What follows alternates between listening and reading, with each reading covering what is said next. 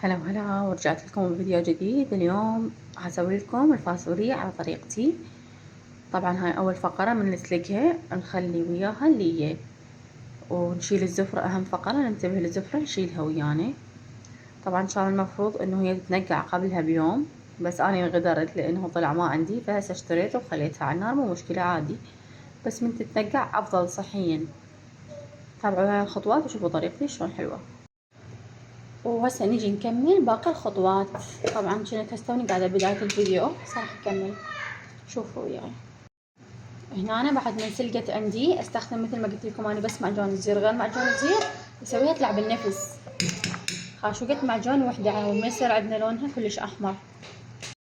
طبعا اذا تحبون انتو اللحم وياها حطوا، احنا نحب الطعم اللي هي بس ما نحب اللحم، يعني تعطيها نكهة مختلفة. الزيت خليت لها تقريبا خاشوقة اكل زيت بس. هاي طريقتي يعني مع احمسهن، وجربوها وراح تشوفون الطعم ايش قد يطلع طيب. واخير خطوة اثرم عليها ثوم واديره، ومن تستوي اشوفكم النتيجة. وطبعا هاي الكمية مال الثوم اللي راح تحتاجوها اخير فقرة، خلوا الثوم على مود يعطي نكهة واضحة وطيبة. وما عليكم باللي يقول لكم لازم تحمسون المعجون ويصير بيه زفرة. انا مجربة كل الطرق، انا اصلا كنت قبل اسويها بطريقة انه احمس المعجون واحمس اللحم واخلي الدهن متفرقع وما اعرف شنو، بس كليتها ما كانت طيبة بقد هاي الطريقة. هاي الطريقة تعلمتها من بنية الله يذكرها بالخير، متعلمتها من بيتها من اهل قبل كانوا هم يطبخون الفاصوليا بهاي الطريقة.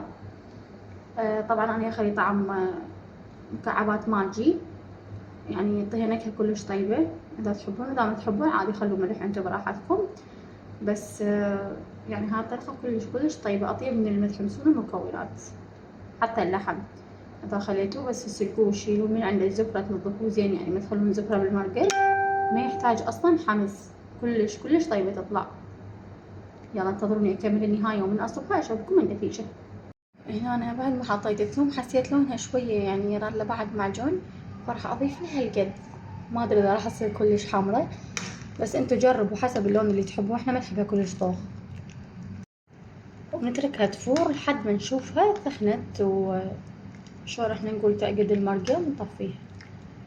اذا تشوفوها تحتاج انه تنصوها وتعوفوها على النار، انتو بعد الموضوع يمكم. ويامي يامي على قولة بنتي، بعد المنظر شلون صار يجنن بعد ما بدت تفور. بس شنو طعمها فاهي، لان خليتها بس مكعب ماجي يعني كامل. راح اضيف لها شوية ملح. باعوا اللون ايش قد حلو. ما نحبها احنا تصير كلش لونها احمر هيج. وهنا أنا حبايب صارت عندي جاهزة المرقة خلاص استوت.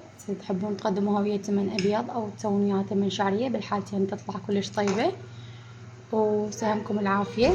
اكتبوا لي شنو طريقتكم انتم بطبخ الفاصوليا، شنو أكثر طريقة تحبوها وناجحة وياكم لو مو ناجحة. وانتظر آراءكم بالتعليقات. انتظروني بطبخة جديدة حبايب، أشوفكم بخير.